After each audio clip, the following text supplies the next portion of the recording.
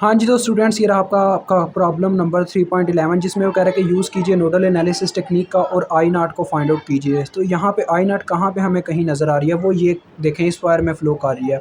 तो सबसे पहले तो हम यहाँ पे नोड्स आइडेंटिफाई करेंगे। नोड्स आइडेंटिफाई करना मतलब कि बच्चों नोड एक ऐसा पॉइंट होता है जहाँ पे एक से ज़्यादा चीज़ों की वायर अटैच होती है। इसके बारे में हमने अलहदा से वीडियो भी बना रखी है, आप जाके देख सकते हैं, ठीक है। तो जहाँ पे 2 चीज़ों की वायर अटैच हो उसे हम कहते हैं बाइनरी नोड, जहाँ पे 3 चीज़ों की वायर अटैच हो उसको हायर नोड, और जहाँ पे 4 से यानी कि 3 से जितनी भी ज़्यादा वायर्स अटैच हो उसको कहते हैं सरफेस नोड। अब यहाँ पे आपका सरफेस नोड का कंसेप्ट बहुत ईज़िली सॉल्व हो जाएगा। अब देखें, अगर मैं आपसे पूछता हूँ ना यहाँ पे नोड कहाँ-कहाँ बनता है, एक तो नोड आप यहाँ पे बनाएँगे क्योंकि यहाँ पे क्या है जी देखें 4 मिली एम्पेयर की वायर अटैच है, एक इस रेज़िस्टर की वायर अटैच है और बाकी इस तरफ से एक वायर आ रही है। तो ये 3 वायर्स अटैच होगी, इसको हम एक नोड कहते हैं। बट यहाँ पे एक प्रॉब्लम है, देखो अब कुछ बच्चे ये गलती करेंगे, एक नोड इसे कहेंगे, एक नोड इसे कहेंगे। वो कहेंगे यहाँ पे भी वही सीन है, एक करंट सोर्स की वायर अटैच है, किस रजिस्टर की वायर अटैच है और एक वायर इस तरफ से आ रहा है। भाई यार देखो, इसके सेंटर में कोई चीज़ नहीं है, इन दोनों के सेंटर में कोई चीज़ नहीं है। इसका मतलब ये सिर्फ एक ही नोड है, यानी एक सतह है जिसके ऊपर 3 से ज़्यादा वायर्स अटैच है, यानी ये एक पूरा सरफेस नोड है। तो इस सरफेस नोड की ये बाउंड्री होगी, यानी ये इतना फैला हुआ है ये सरफेस नोड। जब 2 नोड्स के दरमियान में कोई चीज़ नहीं ना होती तो वो एक ही नोड होता है। ये गलती कभी मत कीजिएगा क्योंकि इस गलती से ही बच्चे अपना क्वेश्चन गलत कर जाते हैं। तो मैंने यहाँ पे V1 के नाम से वोल्टेज ले लिया इस नोड के ऊपर, ठीक है। उसके बाद देखो अब ये एक नोड आता है, ये भी एक सरफेस नोड है, गौर करो। यहाँ पे देखो 3 चीज़ों की वायर अटैच है, चौथी ये वाली वायर है, लेकिन ये पूरी शॉर्ट वायर है, इसमें कोई चीज़ नहीं लगी हुई। और यहाँ पे भी वही सीन है, 2 करंट सोर्सेज की वायर अटैच है और एक ये वायर अटैच है। इसका मतलब ये भी एक पूरा सरफेस नोड है। तो कभी भी ये गलती नहीं करनी कि इसको आप 2 नोड्स मान के बैठ जाए और आप वहीं पे अपना क्वेश्चन गलत कर बैठे हैं, ठीक है। तो ये आपका पूरा एक नोड है जिसको हम नाम दे देंगे V2 वोल्टेज का। अब नीचे वाली सतह का भी यही सीन है यार, जो गलती बच्चे करते हैं, मैं बार बार बता रहा हूँ। देखें, एक नोड आपको पता है हमें लाजमी ग्राउंड करना पड़ेगा करंट के फ्लो के लिए।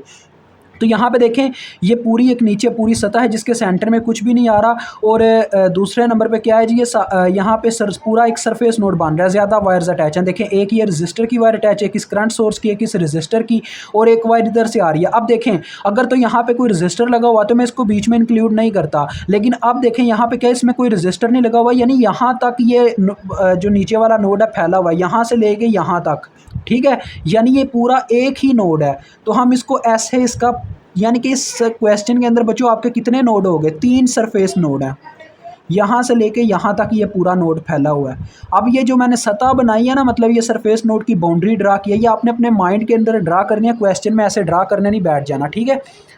क्योंकि ये क्वेश्चन का हिस्सा नहीं है, ये बस आपके माइंड के कंसेप्ट के लिए मेरा एक तरीकाकार है समझाने का। तो इसको हम कर देंगे यार ग्राउंड इस सरफेस नोड को, क्योंकि हमने करंट को फ्लो करवाना है। अब इसके हर पॉइंट पे 0 वोल्ट है, यानी कि इस नोड के।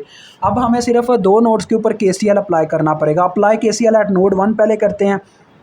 एक दफ़ा मैं लिख रहा हूँ इस लाइन को, बाद में आपको बस बता दूंगा कहाँ पे लिखना है, आपने लिख लेनी है, ठीक है, क्योंकि ऐसे टाइम वेस्ट नहीं होता। KCL क्या था बच्चों, किरचॉफ करंट लॉ, यानी कि हमने हर एक उस वायर की करंट लिखनी है जो इस नोड के घेरे में आ रही होगी, नोड 1 के।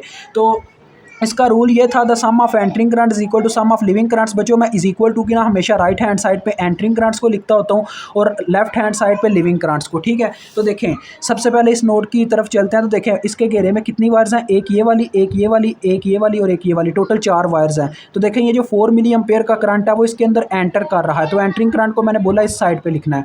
उसके बाद इस वायर की करंट की बात करूँ तो वो मुझे पता ही नहीं है, तो वो कैसे मालूम करते हैं, आपको याद है मेरा तरीकाकार, मैं ओहम्स लॉ की मदद से मालूम करता हूँ। मैं क्या करूँगा, यहाँ से करंट को लीव करवा दूंगा। जिस नोड में से करंट लीव करता है, नोड टू नोड आपने करंट को लीव करवा के मूवमेंट करवानी होती है। तो जिस नोड में से आपने करंट को लीव करवाया उसी वक्त उस नोड के वोल्टेज लिखो और आगे माइनस लिखो। लिविंग करंट है, इसी वजह से मैं इसको लेफ्ट हैंड साइड पे लिख रहा हूँ। तो देखो यहाँ से करंट लीव करता हुआ इस रजिस्टर में से गुजरा और डायरेक्ट जाके आगे ग्राउंड में एंटर कर गया, यानी आगे आ गया V1 - 0 और जितनी रेजिस्टेंस रस्ते में वो आ गई बटे में, ठीक है। ये आपने इस वायर का करंट लिख लिया है। अब बारी आती है देखें इस साइड की, तो इस साइड के पहले नंबर पे ये वायर है। तो देखो इसकी क्या, मुझे करंट का पता है, नहीं पता, तो मैं यहाँ से करंट को लीव करवाता हूँ। V1 में से एक करंट लीव हुआ तो उसी वक्त हमने लिख दिया V1 - अब ये करंट जाके एंटर कर गया V2 के अंदर। देखो V2 आगे आ गए, नोड टू नोड मूवमेंट होगी, जितनी रेजिस्टेंस रास्ते में वो आपने बटे में लिख दी, ठीक है।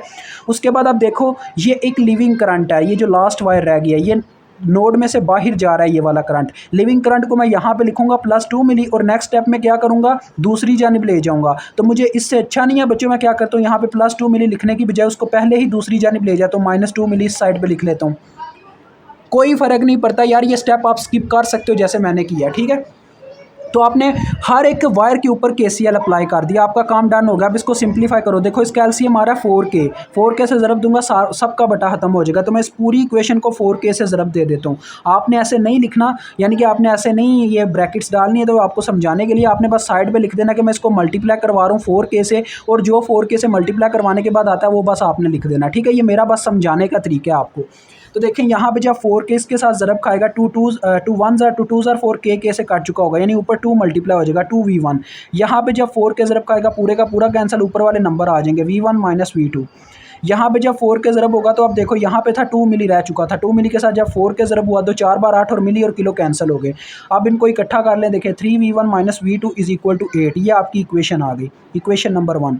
अभी हमें ना, मैं इससे पहले मुझे एक स्टेप कर देना चाहिए था आपके लिए। मुझे पहले ये पता होना चाहिए मुझे I0 के लिए वैल्यू किसकी चाहिए। देखें बच्चे, I0 जो करंट है वो भी एक लीविंग करंट है V2 के अकॉर्डिंग अगर देखा जाए। देखें I0 की इक्वेशन क्या बनती है, देखिए ज़रा गौर से। I0 एक ऐसा करंट है जो V2 के नोड में से लीव कर रहा है, तो उसी वक्त उसके वोल्टेज लिखे, आगे माइनस लिख दिया और जाके एंटर करता है ग्राउंड में, आगे 0 आ गया, नोड टू नोड मूवमेंट होगी, जितनी रेजिस्टेंस रास्ते में वो आगे बटे में। तो ये चक्कर है, यानी कि मुझे I0 को मालूम करने के लिए V2 का वैल्यू चाहिए। आ गई समझ? इतना सिंपल ये क्वेश्चन है।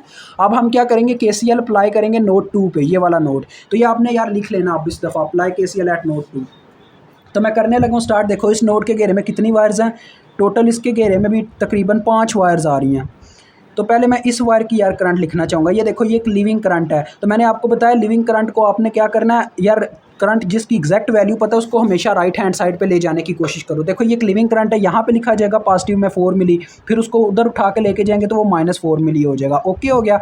उसके बाद देखो ये जो नीचे वाली वायर का करंट है 6 मिली, ये इसमें एंटर कर रहा है, तो एंटरिंग करंट तो प्लस में ही इस साइड पर लिख दी जाएगी। उसके बाद अब हम आते हैं इस साइड पर। तो देखो इस साइड पर मेरे पास टोटल 3 वायर्स हैं। पहले मैं ऊपर वाली वायर की करंट लिखना चाहूँगा। तो देखें इस वायर की क्या करंट होगी, मुझे यहाँ से करंट को लीव करवाना पड़ेगा। तो लिविंग करंट इस साइड पे आएगा, V2 माइनस लिख दिया मैंने, तो ये करंट आगे जाके V1 में एंटर होती है, तो V2 - V1 और जितनी रेजिस्टेंस रास्ते में वो आगे बटे में 4K।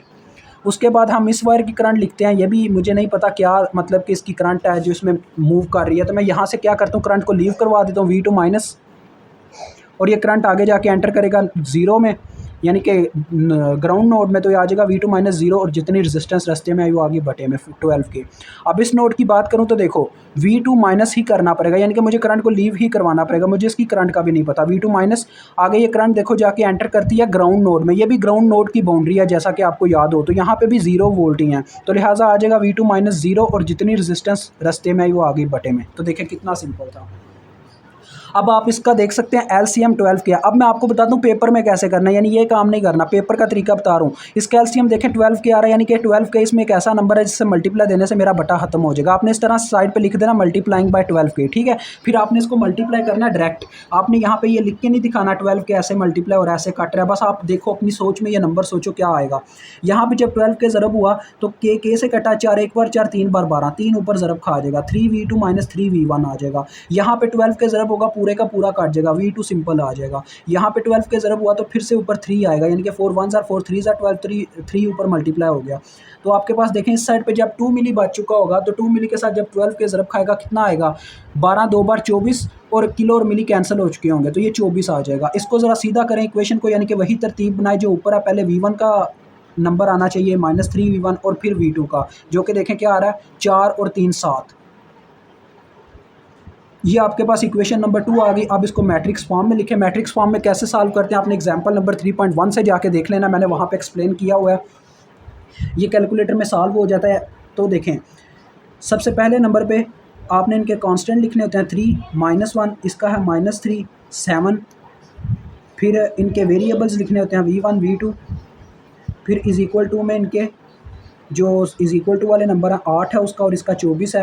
तो इसको मैं सॉल्व करता हूँ और आपको बताता हूँ V1 और V2 की क्या वैल्यू आती है। कैलकुलेटर मुझे देखिएगा डायरेक्ट देगा वैल्यूज़ इनकी, आपने वो मेथड देख लेना कैसे मतलब कि अप्लाई करते हैं कैलकुलेटर पे मेथड ये। तो ये देखिए कैलकुलेटर ने मुझे इस तरह से जवाब दे दिया। पहला आंसर है अपना V1 का 4.4 वोल्ट, और दूसरा आंसर है अपना V2 का जो कि है 5.33 वोल्ट। तो अब हमने V2 की ही वैल्यू फाइंड आउट करनी थी, तो लिहाजा मैं अब I0 को कैलकुलेट कर सकता हूँ उसके फार्मूले से। वो देखें V2/12 के यानी कि 4 पॉइंट लिख गया हूँ मैं इसको यार। इस तरह से करता हूँ, देखें मैं इसको सही करने के लिए ना, क्या हो गया, करना ही पड़ेगा, गांधी मचाना पड़ेगा। मैं कोशिश करने लगा था। चलें, I0 is equal to V2/12 के फार्मूला है, तो V2 की वैल्यू है 5.33 बटे में आ गया 12 के। ठीक है, इसको सॉल्व करके देख लेते हैं कितना बनता है। तो ये आता है 0.44। तो बच्चों आप इसको 0.44 मिली एम्पेयर लिखेंगे क्योंकि किलो ऊपर आके मिली बन चुका होगा। और ये आपके क्वेश्चन का आंसर है। मुझे उम्मीद है आपको इसकी समझ आ गई होगी। खुदा हाफिज़।